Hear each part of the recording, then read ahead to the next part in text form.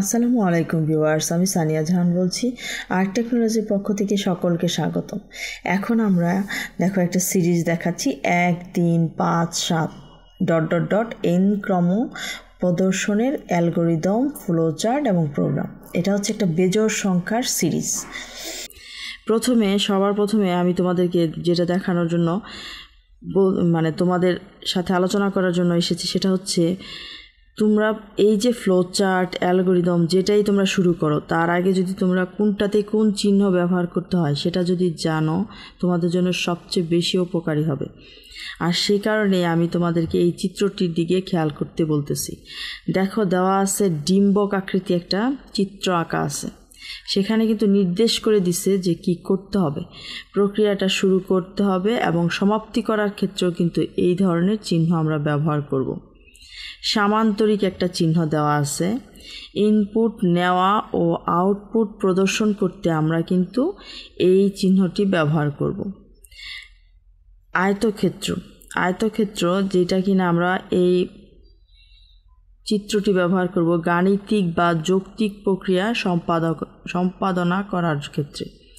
হীরক আকৃতি একটা চিত্র আছে, সেটার ক্ষেত্রে কোনো শর্ত যাচাই বা সিদ্ধান্ত নেওয়া, যেমন শর্তটা কি সত্য, যদি সত্য হয় তাহলে আমরা পরবর্তী ধাপে চলে যাব, যদি মিথ্যা হয় তাহলে আবার আমরা সেই শর্তটা যাচাই করব।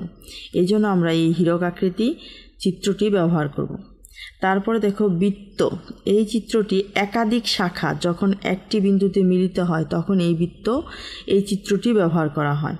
তারপরে দেখো তীর চিহ্ন, ওপরে নিচে পাশাপাশি ডানে বামে, এই যে তীর চিহ্নটি, এটা সাধারণত প্রবাহের দিক নির্দেশে ব্যবহৃত হয়।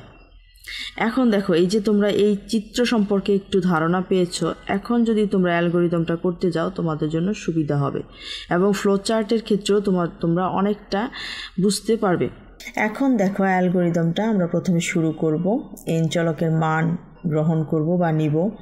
আই চলকের মান প্রথমেই কিন্তু 1 দিয়ে সূচনা করতে হবে, যেহেতু 1 হচ্ছে একটি বেজোড় সংখ্যা, এবং ধাপ 4-এ i <= n হয় তাহলে 5 নম্বর ধাপে যাব, অন্যথায় 7 নম্বর ধাপে চলে যাব।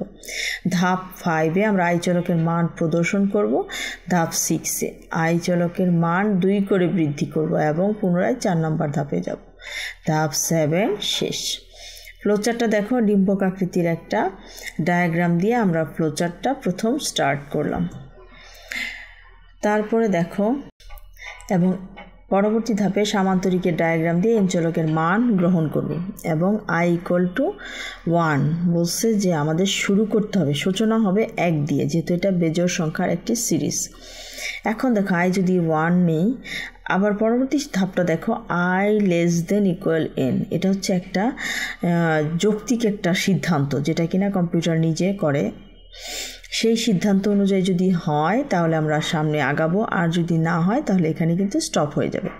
তাহলে কি বলছে দেখো, i <= n, হয় n পর্যন্ত যাবে, নয়তোবা n পর্যন্ত n এর চেয়ে ছোট হবে, n এর সমান হবে অথবা ছোট হবে, এটা কিন্তু এটাই বোঝাচ্ছে।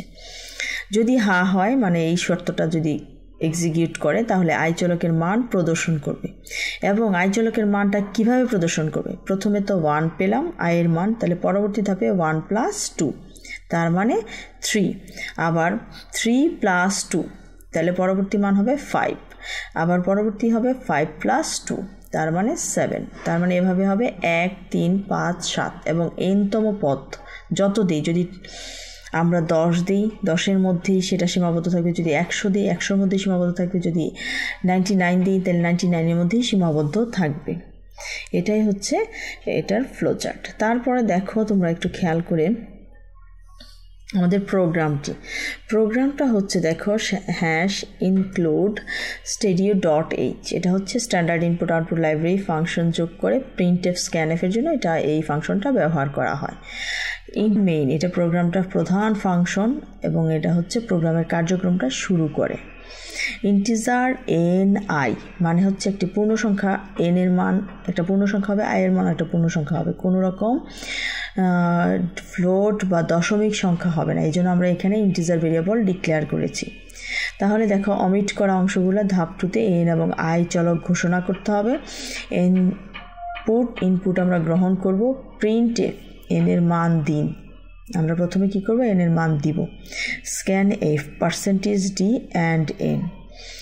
এখানে যেহেতু আমরা ইন্টিজার ভেরিয়েবল ডিক্লেয়ার করেছি সেজন্য পার্সেন্টেজ ডি দিলাম এবং এনতম যে মানটা দেবে এখানে সংরক্ষিত থাকবে।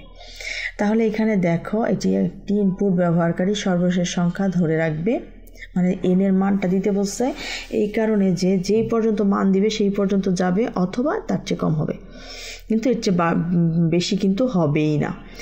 আই এটা একটি লুপ কাউন্টারের ভেরিয়েবল যা 1 থেকে n পর্যন্ত গণনা করতে সাহায্য করবে। ধাপ 3তে দেখো আই এর মান 1 দ্বারা সূচনা করতেই হবে, যেহেতু 1 হচ্ছে বিজোড় সংখ্যা। লাই ইকুয়াল টু 1 লিখলাম। যতক্ষণ না আমরা n এর মান পর্যন্ত যাব ততক্ষণ কিন্তু লুপটা চলতে থাকবে। এখানে দেখো হোয়াইল লুপ ইউজ করেছি আমরা, i <= n, মানে n এর মান যদি 100 হয় 100 পর্যন্ত 1 থেকে 100 পর্যন্ত এটা যাবে অথবা 100 এর চেয়ে কম পর্যন্ত তার সিরিজটা দেখাবে। প্রিন্ট এফ পার্সেন্টেজ ডি, যেহেতু এটা i = 1 একটা স্বাভাবিক সংখ্যা, পূর্ণ সংখ্যা, সেজন্য এখানে পার্সেন্টেজ ডি আমরা ইউজ করেছি। যদি দশমিক হতো তাহলে পার্সেন্টেজ এফ ইউজ করতাম, কমা আই, এখানে আই এর মান সংরক্ষিত হবে। তারপরে দেখো ধাপ 5-এ আমরা সেই যে যৌক্তিক অংশটা, মানে যেটা বলে দিচ্ছে যে আই যদি 1 হয় তাহলে 1 + 2, মানে আই এর মান হবে 3 + 2, তাহলে পরের ধাপে হবে আই এর মান 5 এবং পরের ধাপে 5 + 2, তাহলে আই এর মান হবে 7। তাহলে ধাপ 6 এর মান 2 করে বৃদ্ধি পাবে, এটাই হচ্ছে বেজোড় সংখ্যার সিস্টেম। ধাপ 7-এ আমাদের এই পুরা ধাপটা কমপ্লিট হবে যতক্ষণ না পর্যন্ত আমরা n এর মান পাবো।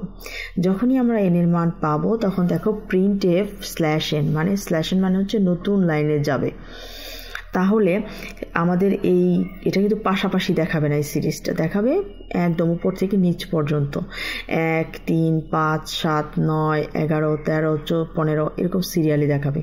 তুমি যদি n এর মান 15 দাও 15 পর্যন্ত দেখাবে, তুমি যদি n এর মান 99 দাও 99 পর্যন্ত দেখাবে, তুমি যদি n এর মান 100 দাও তাহলে এটা 99 পর্যন্তই প্রদর্শন করবে। এখন দেখো এটা হচ্ছে এই লুপটার সিস্টেম এবং যৌক্তিক প্রণালী, এবং লুপটি বারবার চেক করবে যতক্ষণ না থাকে ততক্ষণ এটা চলতে থাকবে, যখনই পেয়ে যাবে তখনই তো কমপ্লিট।